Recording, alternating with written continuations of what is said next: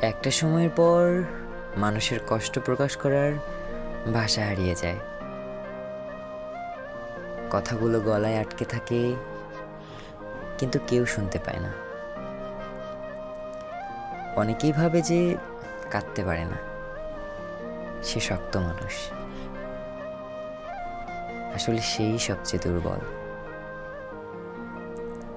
কান্না মানুষকে হালকা করে, কিন্তু যারা কাঁদতে পারে না তারা কষ্টের ভার নিয়ে ধীরে ধীরে মরে যায়।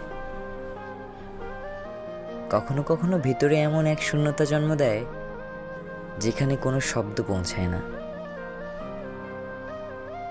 মানুষ তখন চিৎকার করতে চায়, কিন্তু কণ্ঠ রোধ হয়ে আসে।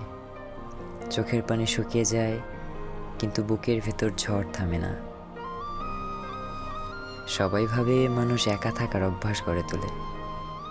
সত্যি কথা হলো, একা থাকার যন্ত্রণা কেউ স্বেচ্ছায় বেছে নেয় না।